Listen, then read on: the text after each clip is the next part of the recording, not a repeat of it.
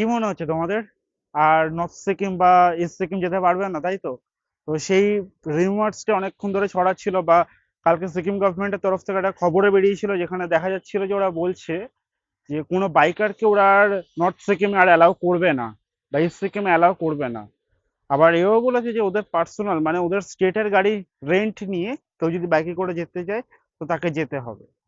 তো এই বিষয়ে দেখলাম ওয়েস্ট বেঙ্গলের অনেক কন্টেন্ট ক্রিয়েটারই অনেক ভিডিও বানিয়েছে, আর ভিডিও বানানোর পরে শেয়ারও করেছে। এবার সিকিমের কিছু রাইডারের যখন সেই ভিডিওগুলোর চোখে পড়েছে, বা আমাদের ওয়েস্ট বেঙ্গলের কিছু রাইডার যখন কথা বলেছে সিকিমের রাইডারদের সাথে, তো ওরাও হচ্ছে এই টপিক নিয়ে ভিডিও বানিয়েছে অনেক। ভিডিও বানানোর পরে সিকিম গভর্নমেন্টের কাছে ভিডিওগুলো হাইলাইটেড হয়েছে বেশ, ব্যাপারটা যেহেতু হ্যাশট্যাগ ছিল।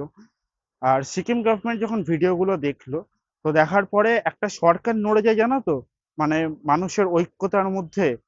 তো সেরকমই যখন ওরা যখন ভিডিওটা দেখলো, দেখে যখন পুরো টপিকটা বুঝলো যে বাইকার কমিউনিটি কিন্তু ম্যাক্সিমামই ওয়েস্ট বেঙ্গল থেকে সিকিমে যায়, just because of north Sikkim visit করবে বলে, বা খারদুং, বা সরি গুরুদংমার লেক যাবে বলে। খারদুংলা খারদুংলা মাথায় চলছে। তো যাই হোক, তো ওখানে ভিজিট করবে বলে। কিন্তু এখন ব্যাপারটা হচ্ছে, যখন ওরা ভিডিওগুলো দেখলো, তো ওদের পক্ষ থেকে এটা আনঅফিসিয়াল এখনো, ঠিক আছে? তো গভর্নমেন্টের তরফ থেকে এরকম একটা ডিসিশন যাচ্ছে যে কেউ নিজের বাইক নিয়ে ওখানে ভিজিট করতে পারবে, বা হতে হবে যে ভিজিট করছে তার নিজের নামের গাড়ি হতে হবে। এর আগে অনেক সময় দেখা যেত যে বিভিন্ন জনের গাড়ি, অর্থাৎ বাবার অথবা তার মামার অথবা কাকার গাড়ি নিয়ে গিয়ে অনেক হচ্ছে ভিজিট করতো। ভিজিট করে সে ওখানটায় ট্যুর করতো, এবং এইটা হতে গিয়ে অনেক সময় অনেক অ্যাক্সিডেন্টও হতো। তো সেই কারণেই সে যখন দেখলো যে হচ্ছে এই কেসগুলো ঘটছে, তো গভর্নমেন্ট থেকে এরকমই একটা ডিসিশন নিয়েছে। এই একটা ভালো ডিসিশন যে নিজের গাড়ি নিয়ে যেতে পারবে। ইভেন এরকমও হতো যে শিলিগুড়িতে অনেক ট্রাভেল এজেন্সি আছে যারা নিজেদের নামের গাড়ি নিজেদের কাছে আছে, তো তারাও অনেক সময় অথরাইজ করে রাইডারদের দিত, যারা নিয়ে গাড়িটা যেত। এইসব কিন্তু টোটালি এখন বন্ধ হতে চলেছে।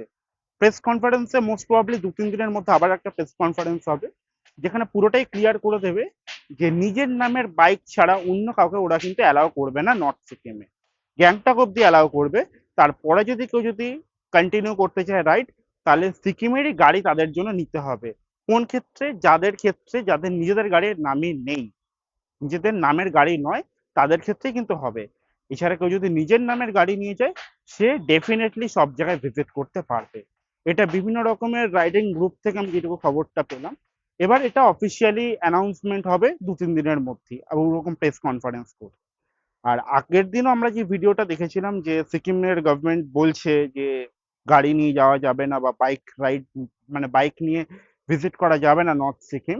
সেই ক্ষেত্রেও দেখতে গেলে ওরা এদেরকে একটা, ওরা বলতে চাইছে এটা একটা মিসকমিউনিকেশন, ওকে।